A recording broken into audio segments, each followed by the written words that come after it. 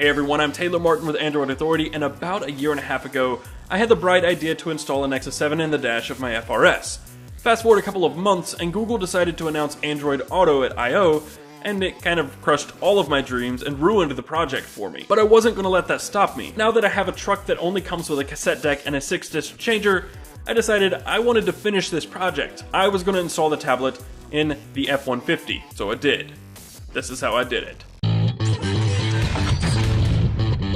Like I said, I originally installed this very Nexus 7 in my car last year and ultimately removed it to reinstall the original head unit. Plus, aftermarket Android Auto head units are starting to pop up which provide just as sleek an appearance. So why do this again? Why not just go the way of Android Auto and call it a day? Well, for one, Android Auto head units are kind of expensive, and my truck doesn't have a true double-din head unit slot. Also because the Nexus 7 fits almost perfectly into the opening behind the faceplate, and I already had the parts, and they were only collecting more and more dust. The thing is, installing a tablet in your dash doesn't have to be difficult. You can do this in just a few hours and for relatively cheap, around $150 or less if you already have a Nexus 7 laying around. Here's what you'll need. A small head unit amplifier. This is the most expensive thing. I chose the Alpine KTP 455U 4-channel power pack last year because it's cheap and perfect for the job. It also easily fits inside the dash without any problems. You'll also need a 12-volt socket, a 2-port USB charger, a fuse tap with a 10-amp fuse. All of mine are still connected from the last install, and you can go check out that video to see more detail on how everything was connected. An RCA to 3.5mm adapter, Bluetooth adapter, which is optional. I went with Bluetooth so I can connect multiple devices without having to rip open the dash, a wireless charger, a handful of zip ties, and a compatible wiring harness for your vehicle. You'll also need several cable splicers. Some people prefer to use wire nuts, some prefer soldering, and others choose the crimp method. Any will do.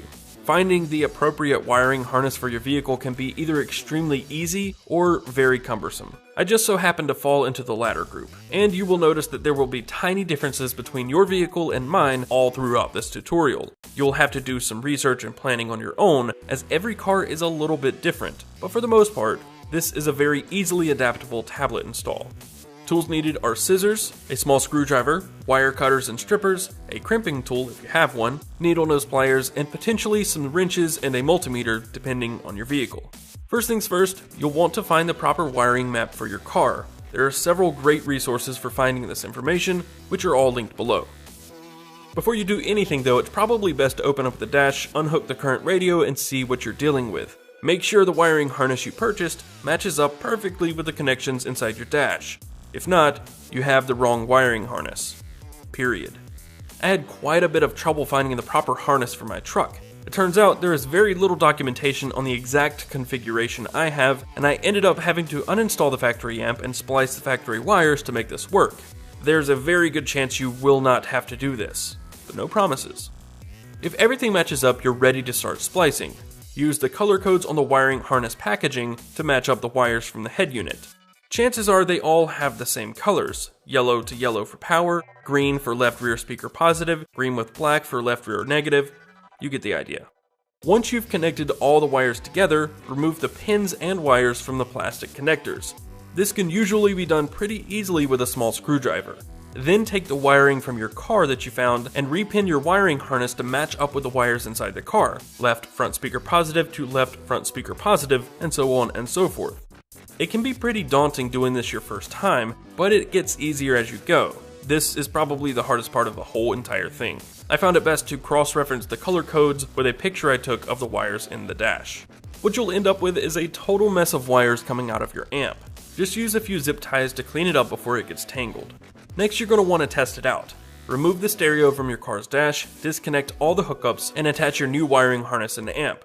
Connect the RCA to 3.5mm adapter to the amp input, plug the Bluetooth adapter into this, connect your phone or tablet to the Bluetooth adapter, and play some music. If you're hearing that music, you're doing great. Next, you'll want to wire the new 12-volt socket into the car's internal fuse box, which usually resides underneath the steering wheel. Remove the cover, reference your owner's manual, and find a 10-amp fuse that is only powered when the key is turned on. Otherwise, your tablet and Bluetooth adapter will constantly drain your car's battery even when it's off. To do this, first ground the negative wire from the 12-volt socket. Any exposed frame of the car will do.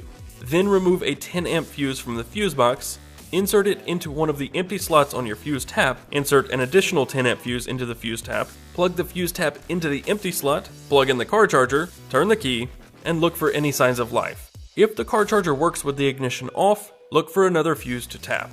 After you've found a fuse you can piggyback off of, permanently ground your 12-volt socket's negative lead by finding a random screw and screwing it into the frame somewhere.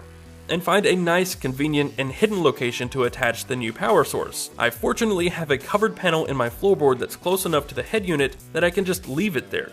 Drop the 2 USB cables from the wireless charger and the Bluetooth adapter through the hole in the dash down to the car charger and plug them in.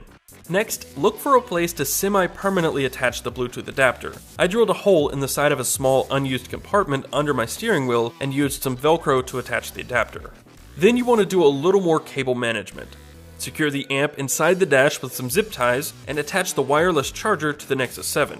I originally wanted to use Velcro for this, but it was too thick and the Nexus wouldn't charge through both sides of the Velcro.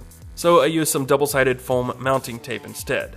The final step is mounting the tablet inside the dash panel. For this I'm using some Sugru, which may not be the most polished option, but it is a nice temporary fix until I can find something more permanent. Plus I want to be able to remove the tablet so I can do upgrades or tweak it overnight, rather than letting it sit in the truck all the time. Sugru makes this possible, but I'm still in search of a better option. I removed the dash and applied Sugru to either side of the tablet, near the bottom, let sit, and reinstalled the dash with the tablet inside.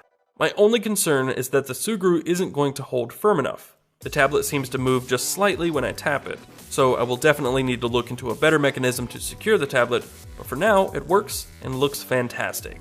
Best of all, with the Automate Beta, the Nexus 7 emulates Android Auto perfectly without sacrificing its true tablet nature.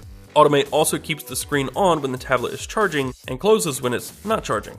In other words, if the truck is on, the screen is on. When the truck is turned off, the screen goes off. And there you have it, a Nexus 7 installed in the dash of my truck, just in time for my road trip on Thursday.